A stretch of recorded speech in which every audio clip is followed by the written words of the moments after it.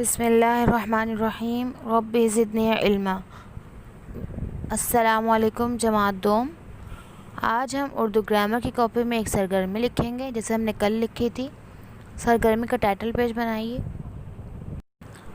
अल्फाज की तरतीब। मंदरजा झेल अल्फाज को हुरूफ तहज्जी की तरतीब के मुताबिक लिखिए। यानी अलिफ से लेके ये तक ये अल्फाज दिए हुए आपको, जो अलिफ से लेके ये तक शुरू होते हैं ये सारे आपको मिक्स करके दिए हुए, इनको आपको इलादा करना है। आपको जैसे अलिफ से ये तक बीच के लिखना है।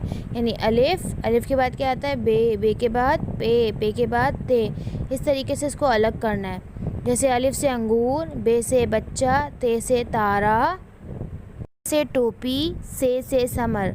इस तरीके से आपको एक पेज पे आप पहले इनको उतार लें सारों को जो मिक्स हुए में, फिर दूसरे पेज पे आप इसको सही करके लिखेंगे तरतीब के लिहाज से। ओके स्टूडेंट्स, अच्छी सी राइटिंग में उर्दू ग्रामर की कॉपी में लिखिएगा।